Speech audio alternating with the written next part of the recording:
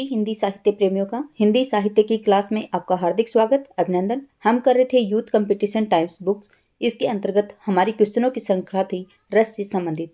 रस से संबंधित हमारी 3 क्लासें पहले हो चुकी हैं। आज की हमारी चौथी क्लास है ये। आज का हमारा पहला क्वेश्चन है रस से संबंधित, सात्विक अनुभव नहीं है। आपसे पूछा है कि सात्विक अनुभव कौन से नहीं है। आप सभी को पता होगा क्योंकि हमने पिछली क्लासों में आपको पढ़ा दिया है कि सात्विक अनुभव होते हैं वो 8 होते हैं, क्योंकि जो अनुभव होते हैं वो 4 प्रकार के होते हैं। अनुभव कितने प्रकार के होते हैं? 4 प्रकार के होते हैं, ठीक है। इसमें सात्विक अनुभव आते हैं। सात्विक अनुभव हैं उसके 8 भेद बताए गए हैं। वो 8 भेद कौन कौन से हैं वो इसकी व्याख्या में पढ़ लेंगे, लेकिन हम यहाँ पे पूछा है इसमें से कि सात्विक अनुभव कौन सा नहीं है। तो देखिए, जो रोमांच है ये भी आपका सात्विक भाव है, अनुभव है। चिंता है ये नहीं है, व्यपतु भी है, और व्यवर्ण और स्तंभ ये चारों हैं, लेकिन चिंता इसका जो आपका सात्विक अनुभव है वो नहीं है। जबकि जो चिंता होता है वो आपका संचारी भाव होता है। क्या होता है? चिंता है आपका संचारी भाव। संचारी भावों की संख्या कितनी होती है? तो संचारी भाव हैं इनकी संख्या होती है 33। 34वां नंबर का जो संचारी भाव है छल, वो किसने बताया है? वो बताया आचार्य देव ने। और 35वें नंबर का जो आपका संचारी भाव है चकपकाहट, वो बताया आपके आचार्य शुक्ल जी ने, ठीक है। इस क्वेश्चन की व्याख्या देख लेते हैं। देखिए, चिंता नामक जो सात्विक अनुभव नहीं होता है, ठीक है, बल्कि चिंता नामक क्या होता है? संचारी भाव होता है। सात्विक भाव कौन से होते हैं? तो देखिए, सात्विक अनुभव किसे कहा जाता है इस बात को भी आप याद रखेंगे, क्योंकि अगर आप बड़े लेवल जैसे UGC net, JRF, assistant professor की जैसे बड़े लेवल एग्जाम की तैयारी कर रहे हैं तो आपको हर उस चीज को छूना होगा जो आप उनसे परे भागते हैं। तो ठीक है, तो आज हम देखेंगे यहाँ पे सात्विक अनुभव क्या होते हैं। कोई भी भाव उत्पन्न होने पर जब आश्रय द्वारा अनजाने में अनायास बिना किसी यत्न के स्वाभाविक रूप से कोई चेष्टा अथवा क्रिया होती है, तब ऐसे अनुभव को सात्विक या अयत्नज अनुभव कहा जाता है। अयत्नज जो बिना किसी यत्न के, बिना किसी प्रयास के हो, वो क्या कहलाते हैं? सात्विक अनुभव कहलाते हैं। सात्विक अनुभवों की संख्या 8 होती है। कौन कौन से होते हैं? स्वेद, जैसे आपको पसीना आता है, कंपन, रोमांच, स्तंभ, स्वरभंग, अश्रु, विवरणता और प्रलय, ये सभी सात्विक अनुभव हैं। कंपन को वेपतु भी कहा जाता है, ठीक है। कंपन को क्या कहा जाता है? वेपतु भी कहा जाता है। अगला क्वेश्चन देखिए, आज का दूसरा क्वेश्चन है, साधारणीकरण के संदर्भ में कहा गया है कि वाक्य भावकत्वम साधारणीकरणम निम्नलिखित में से किस आचार्य का है? आपसे पूछा गया है कि जो साधारणीकरण की परिभाषा दी गई है यहाँ पे, क्या भावकत्वम साधारणीकरणम ये किस आचार्य ने कहा है? तो ये कहा है भट्ट नायक जी ने। किसने कहा है? आचार्य भट्ट नायक ने। देखिए, ये काफी बार पूछा गया क्वेश्चन है। राजस्थान स्कूल शिक्षा प्राध्यापक परीक्षा 2018 में, फिर 2017 में, फिर 2016 में और 2014 में भी पूछा गया क्वेश्चन है ये राजस्थान कॉलेज लेक्चरर में, ठीक है। देखिए, साधारणीकरण के संदर्भ में कहा गया है कि भावकत्वम साधारणीकरणम, ये आचार्य भट्ट नायक का कथन है। साधारणीकरण की अवधारणा सर्वप्रथम भट्ट नायक ने प्रस्तुत की थी। आप याद रखेंगे, सबसे पहले साधारणीकरण की अवधारणा को प्रकट करने वाले ही कौन थे? भट्ट नायक थे। भट्ट नायक के अनुसार सहृदय का साधारणीकरण होता है। आपसे पूछा जा सकता है कि सहृदय का साधारणीकरण होता है, ये किसने कहा है? तो ये भट्ट नायक ने कहा है, ठीक है। अगला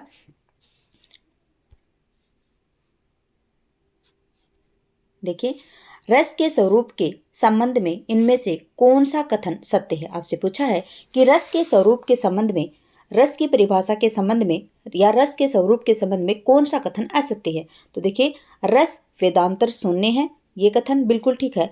रस लौकिक आनंद प्रदान करता है, ये गलत है। रस ब्रह्मानंद ब्रह्मास्वाद सहोदर है, ये भी बिल्कुल ठीक है। और रस स्वप्रकाशानंद है, ये भी बिल्कुल ठीक है। क्या है? रस वेदांतर स्पर्श शून्य है, ये कथन बिल्कुल ठीक है। आपसे पूछा असत्य कथन कौन सा है? तो आपका असत्य कथन है रस लौकिक आनंद प्रदान करता है। लौकिक आनंद प्रदान नहीं करता है, वो अलौकिक आनंद प्रदान करता है, ठीक है। क्या करता है? रस अलौकिक आनंद प्रदान करता है। देखिए, रस के स्वरूप के संबंध में रस लौकिक आनंद प्रदान करता है, ये कथन गलत है। रस में वस्तुतः अलौकिक आनंद की अनुभूति होती है। ठीक है, क्या होती है? जो रस होता है उसमें अलौकिक आनंद की अनुभूति होती है। रस वेदांतर स्पर्श शून्य है। रस ब्रह्मानंद सहोदर है और स्व प्रकाशानंद है। रस के स्वरूप के संबंध में ये सभी कथन सत्य हैं, जबकि गलत है यहाँ पे कि रस है वो लौकिक आनंद प्रदान करता है। दोबारा भी पूछा जा सकता है क्योंकि ये क्वेश्चन आपके राजस्थान स्कूल शिक्षा प्राध्यापक परीक्षा 2018 में पूछा गया है। दोबारा से रिपीट हो सकता है, याद रखेंगे। अगला है निम्नलिखित में से सात्विक अनुभव नहीं है। ये सात्विक अनुभव वाले क्वेश्चन देखिए बार बार आ रहे हैं, तो आप आठों के आठों सात्विक भाव आप याद रख लेंगे। सात्विक अनुभव 8 कौन कौन से हैं? पहला स्तंभ, फिर स्वेद, रोमांच, स्वरभंग, कंप, कंपन, वैवर्ण्य, अश्रु और प्रलय। और कंपन को वहां पे वेपथु भी कहा जाता है। ठीक है, देखिए यहाँ पे वैवर्ण्य आएगा, प्रलय आएगा, अपस्मार, अश्रु। तो देखिए जो आपका अपस्मार है ये नहीं आएगा। क्यों नहीं आएगा? जो अपस्मार है ये आपका संसारी भाव है। क्या है अपस्मार? संसारी भाव है, सात्विक अनुभव नहीं है। ठीक है, देखिए अपस्मार सात्विक अनुभव नहीं है, बल्कि ये क्या है? दुखात्मक संचारी भाव है। सात्विक अनुभव की संख्या 8 होती है। देखिए स से हैं कितने? स्तंभ, स्वेद, स्वरभंग। 3 तो कितने हो गए? स से संबंधित स्तंभ, स्वेद और स्वरभंग, ये याद रखेंगे। फिर एक हो गया कैसे? कंप, एक रोमांच, एक वैवर्ण्य, अश्रु और प्रलय। ठीक है, अगला है निम्न में से किस रस का स्थायी भाव विष में होता है? आपसे पूछा गया है कि इनमें से कौन सा है जिसका स्थायी भाव विष में होता है। तो जिसका स्थायी भाव विष में होता है वो है अद्भुत रस। ठीक है, कौन सा है? अद्भुत रस। करुण रस का स्थायी भाव आपका शोक होता है। भयानक रस का स्थायी भाव भय होता है। और यहाँ पे जो आपका विभत्स रस दिया गया है, विभत्स रस का स्थायी भाव होता है आपका जुगुप्सा, जिसे आप घृणा भी कहते हैं। ठीक है, ये हरियाणा असिस्टेंट प्रोफेसर में पूछा गया क्वेश्चन है। देखिए अद्भुत रस का स्थायी भाव विष में है। निम्नलिखित रस और उनके स्थायी भाव इस प्रकार से दिए गए। श्रृंगार रस का स्थायी भाव रति है। करुण रस का स्थायी भाव शोक। हास्य रस का स्थायी भाव हास। वीर रस का स्थायी भाव उत्साह है। भयानक रस का स्थायी भाव भय। रौद्र रस का स्थायी भाव क्रोध। शांत रस का स्थायी भाव निर्वेद शम। विभत्स रस का स्थायी भाव जुगुप्सा और जिसे घृणा भी कहा जाता है। अगला क्वेश्चन देखिए, इनमें से किस हिंदी आलोचक ने साधारणीकरण की व्याख्या की है? आपसे पूछा गया है इनमें से कौन से हिंदी के आलोचक हैं। यहाँ पे आचार्य नहीं पूछे गए हैं, इसमें पूछा गया है आपके हिंदी के आलोचक। हिंदी के आलोचक कौन से हैं जिन्होंने साधारणीकरण की परिभाषा दी है? तो वो हैं आपके नगेंद्र साहब। अगर आपसे पूछा जाए आचार्यों में से, तो आचार्य में आएंगे आपके कौन? भट्टनायक। और हिंदी के पूछे जाएंगे साधारणीकरण की व्याख्या करने वाले, तो आएंगे आपके नगेंद्र। देखिए क्वेश्चनों की आप लैंग्वेज को समझेंगे कि यहाँ पे क्या पूछा गया है। तो यहाँ पे नगेंद्र जी के बारे में पूछा गया, हिंदी आलोचक। ठीक है, देखिए साधारणीकरण के प्रणेता तो कौन है? आचार्य भट्टनायक। हिंदी में डॉक्टर नगेंद्र ने साधारणीकरण की व्याख्या देते हुए कहा है कि कवि की भावना ही साधारणीकरण है। आपसे ये भी पूछा जा सकता है कि कवि की भावना ही साधारणीकरण है, ये परिभाषा साधारणीकरण की देने वाले कौन है? तो याद रखेंगे डॉक्टर नगेंद्र जी हैं। ठीक है, आचार्य शुक्ल ने आलंबन धर्म का साधारणीकरण माना है। जो आचार्य शुक्ल जी हैं इन्होंने साधारणीकरण किसको माना है? जो आलंबन धर्म है उसका साधारणीकरण माना है। और श्याम सुंदर दास ने किसको माना है? भावक या पाठक होता है उसको ही साधारणीकरण माना है। देखिए हर एक के बारे में अलग अलग पूछा जा सकता है आपसे, तो आप याद रखेंगे आलंबन धर्म का जो आलंबन धर्म है उसका साधारणीकरण मानने वाले हैं आचार्य रामचंद्र शुक्ल जी।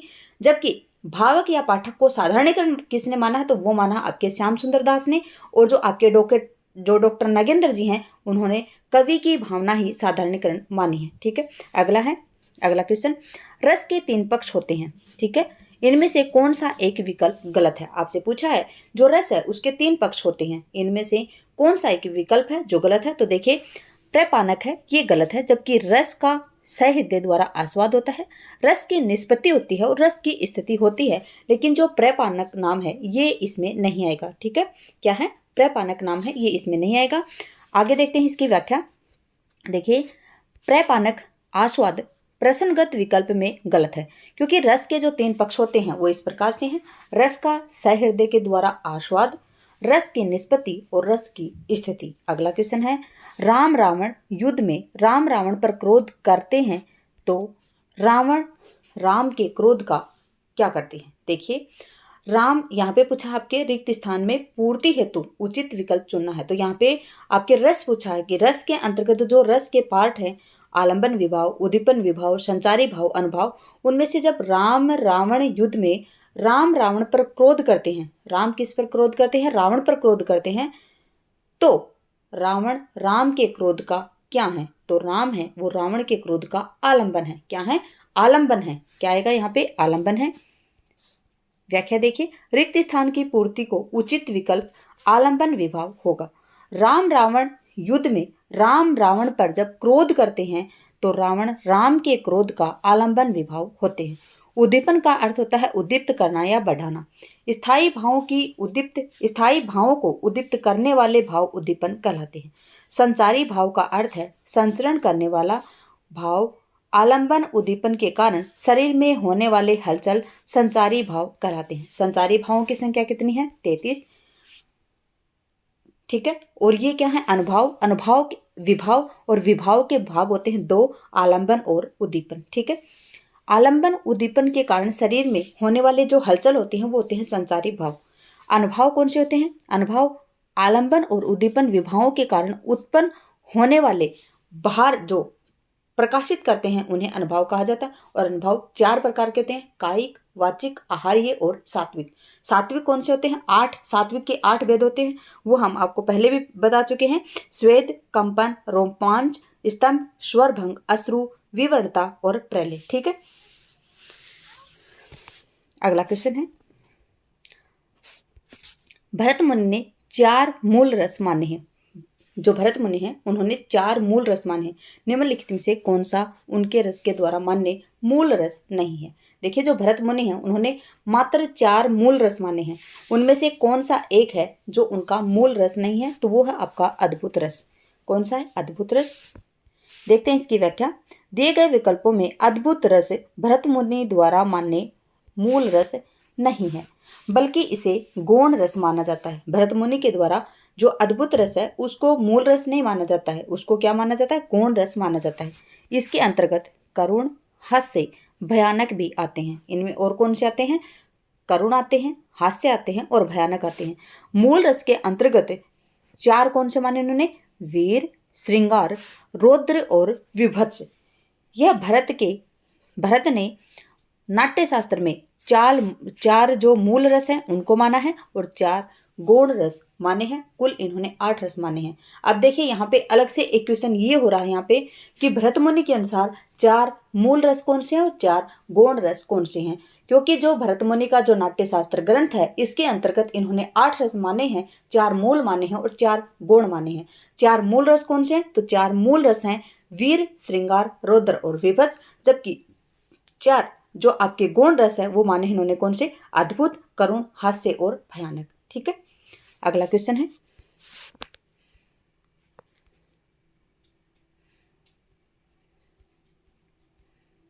देखिए, अति रि से बोले वचन कठोरा, कहूँ जड़ जनक धनुष के तोरा, बेगी देखाऊं मूड न ते आजू, उल्टऊ मही जह लगी तव राजू। इसका वंश में कौन सा रस दिया गया है। आपसे पूछा है, अति रि से बोले वचन कठोरा, कहू जड़ जनक धनुष के तोरा, बेगी देखाऊं मूड न ते आजू, उल्टऊ मही जह लागी तब राजू। इसका वंश में कौन सा रस है, तो इसमें है आपका रौद्र रस। कौन सा है, रौद्र रस। देखते हैं इसकी व्याख्या। देखिए, उपयुक्त काव्यांश में रौद्र रस है, इसका स्थायी भाव क्रोध होता है। शत्रु तथा विरोधी की अनुचित चेष्टाओं अथवा उनके द्वारा किए गए जो अनुचित कार्य हैं उनसे उत्पन्न होने वाले क्रोध का वर्णन रौद्र रस होता है। अगला क्वेश्चन है, देखिए, विभावानुभाव व्याभिचारी संयोगादश निष्पत्ति के अनुसार रस निष्पत्ति के लिए निम्नलिखित में से किसके सहयोग की आवश्यकता नहीं होती है। आपसे पूछा है कि जो विभावानुभाव व्याभिचारी संयोगादश निष्पत्ति ही इसका जो रस निष्पत्ति है उसमें निम्नलिखित में से किसके संयोग की आवश्यकता नहीं होती है, तो आपका आंसर आएगा स्वभाव की। किसके नहीं होते? स्वभाव की। जबकि संचारी भाव, विभाव और अनुभाव सभी होते हैं। ये देखिए, ये विभावानुभाव व्याभिचारी संयोगादश निष्पत्ति ही ये कथन देने वाले थे भरत मुनि, और इनकी व्याख्या की है 4 लोगों ने। भट्ट लोलट हैं, अभिनव गुप्त हैं, और आपके और भी हैं। 4 लोग थे। भट्ट लोलट साहब हैं, शंकुक हैं, अभिनव गुप्त जी हैं और भट्ट नायक जी हैं। ठीक है। भट्ट लोलट का सिद्धांत था कौन सा? आपका भट्ट लोलट का सिद्धांत था उत्पत्तिवाद, जिसे आरोपवाद भी कहा जाता है। आचार्य शंकुक का था अनुमितिवाद। भट्ट नायक का था भुक्तिवाद, जिसे भोगवाद भी कहा जाता है। और अभिनव गुप्त का था अभिव्यक्तिवाद। इस प्रकार से आप याद रखेंगे। प्रत्येक क्वेश्चन को डिटेल्स के साथ में पढ़ते हुए चलेंगे, पूरे ध्यान के साथ में। ठीक है। काफ़ी स्टूडेंट जिनको समझ में नहीं आ रहा है वो ऐसे भी सोचते हैं कि हमारे ऊपर से जा रहा है, लेकिन ऊपर से नहीं जाएगा। स्टूडेंट्स, आप लगातार पढ़ते रहें, कम से कम 1 या 2 बार क्लास को देखेंगे तो आपको समझ में आ जाएगा, क्योंकि ये डीपली क्वेश्चन है और डीपली क्वेश्चनों के लिए हमें तन और मन दोनों ही एकाग्र करके हमें पढ़ना पड़ेगा। ठीक है। आज का देखिए, इस क्वेश्चन की व्याख्या देख लेते हैं। विभावानुभाव व्याभिचारी संयोगादश निष्पत्ति के अनुसार रस निष्पत्ति के लिए सुभाव संयोग की आवश्यकता नहीं होती है। भाव में स्थायी भाव, विभाव, अनुभाव और संचारी भाव के संयोग से रस की निष्पत्ति होती है। ठीक है। भाव जिसके हृदय में रहते हैं वो क्या होता है? देखिए, भाव जिसके हृदय में रहते हैं उसे क्या कहा जाता है? उद्दीपन, आलंबन, अनुभाव और आश्रय।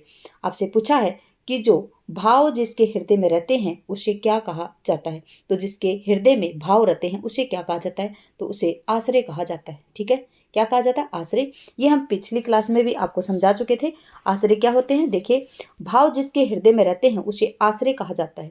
स्थायी भाव को जागृत करने वाले कारण को विभाव कहा जाता है, और विभाव के जो स्थायी आपके जो भाव हैं उनको जागृत करने वाले कारण ही क्या कहलाते हैं? विभाव। और विभाव कितने प्रकार के होते हैं? तो आप याद रखेंगे, विभाव के 2 प्रकार होते हैं, एक आलंबन और एक उद्दीपन।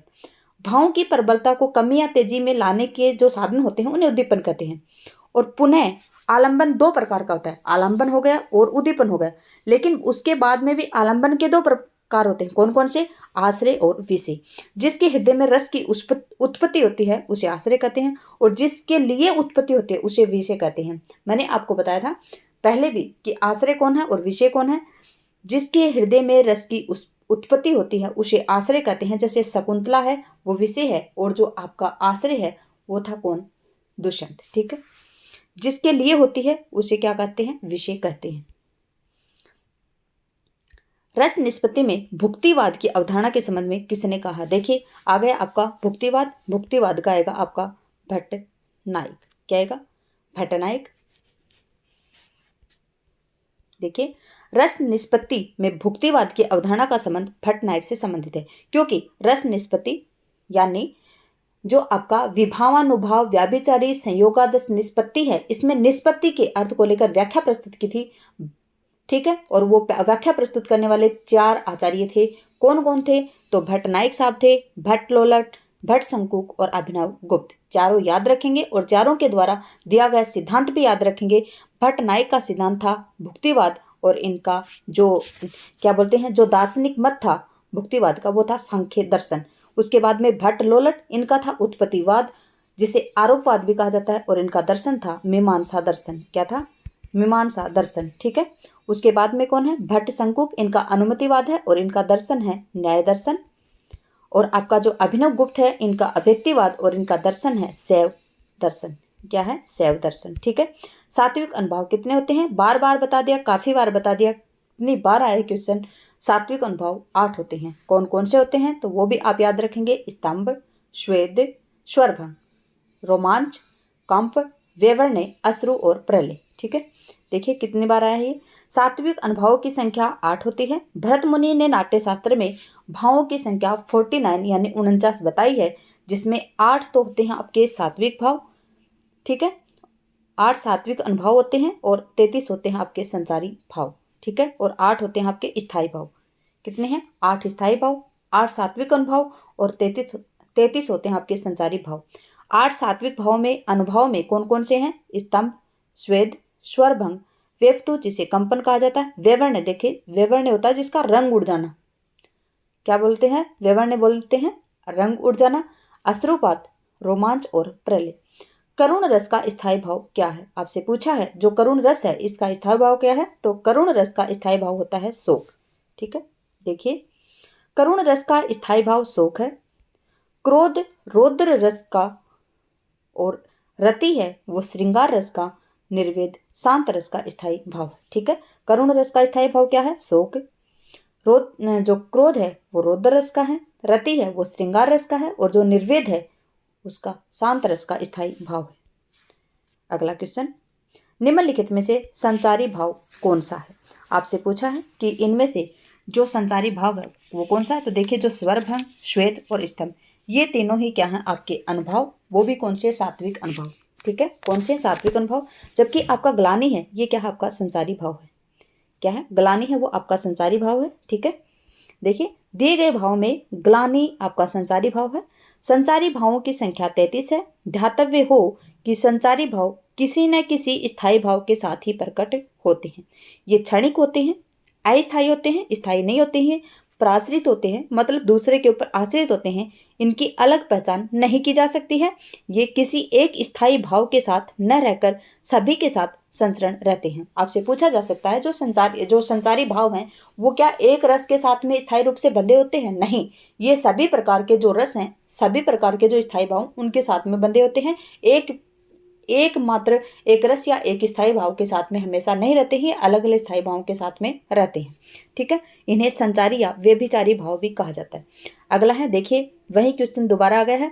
विभावानुभाव व्याभिचारी संयोगादश निष्पत्ति ही, इस सूत्र को देने वाले कौन थे? तो आचार्य भरत मुनि थे। ये वही सूत्र है जिसकी व्याख्या 4 आचार्यों ने प्रस्तुत की थी, भट्ट लोलट, अभिनव गुप्त, शंकुक और भट्ट नायक साहब। ठीक है,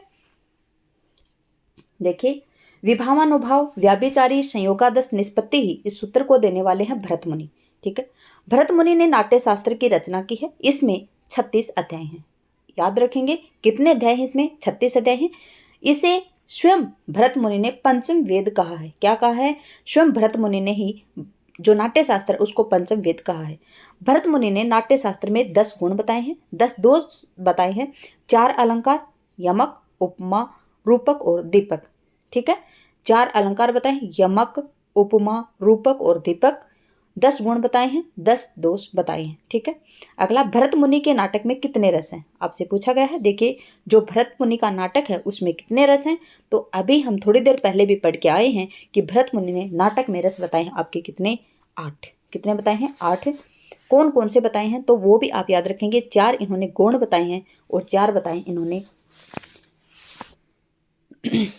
गौण बताए हैं और 4 बताए हैं इन्होंने मूल। ठीक है, देखते हैं इसकी व्याख्या। भरत मुनि ने नाटक में 8 रस माने।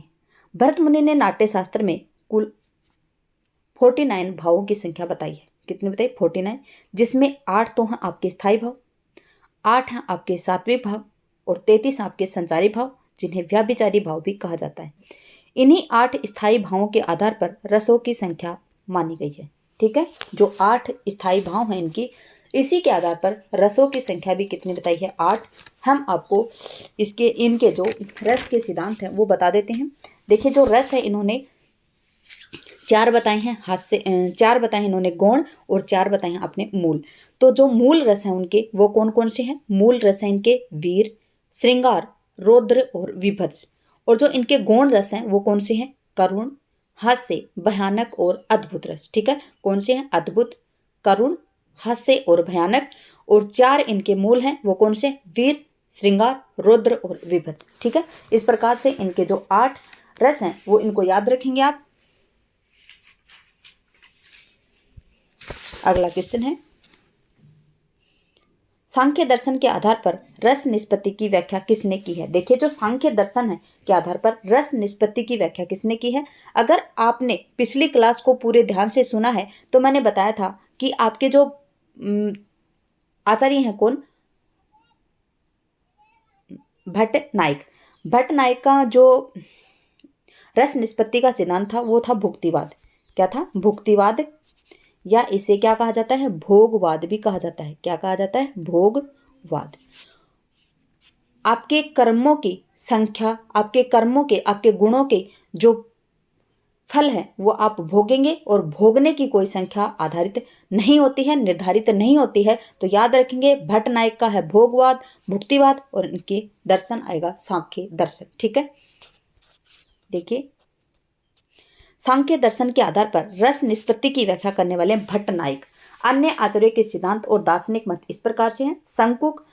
शंख बजाने की आपको अनुमति लेनी पड़ेगी, और अनुमति लेंगे और आपको अनुमति मिल जाएगी तो वो होगा आपके साथ न्याय। तो इस प्रकार से आप याद रखेंगे शंकुक, अनुमतिवाद और न्याय दर्शन। अभिनव गुप्त का अभिव्यक्तिवाद और शैव दर्शन। अभिनव में वह, अभिव्यक्ति में वह, और शैव दर्शन में वह। इस प्रकार से आप याद रखेंगे। भट्ट लोलट मैंने बताया था, लल्ला, लल्ला उत्पन्न होगा किससे, मम्मा से, तो भट्ट लोलट उत्पत्तिवाद और मीमांसा। ठीक है, दर्शन। इस प्रकार से आप याद रखेंगे। वीर रस का स्थायी भाव क्या होता है, तो आपका जो वीर रस का स्थायी भाव है वो है आपका कौन सा, उत्साह। ओके, वीर रस का स्थायी भाव कौन सा होता है, आपका उत्साह होता है। देखिए, देखते हैं इसकी व्याख्या। देखिए, वीर रस का स्थायी भाव होता है आपका कौन सा, उत्साह।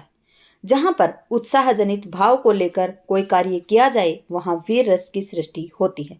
रौद्र रस का स्थायी भाव होता है आपका क्रोध, और अद्भुत रस का स्थायी भाव होता है आपका आश्चर्य, जिसे विस्मय भी कहा जाता है। अगला है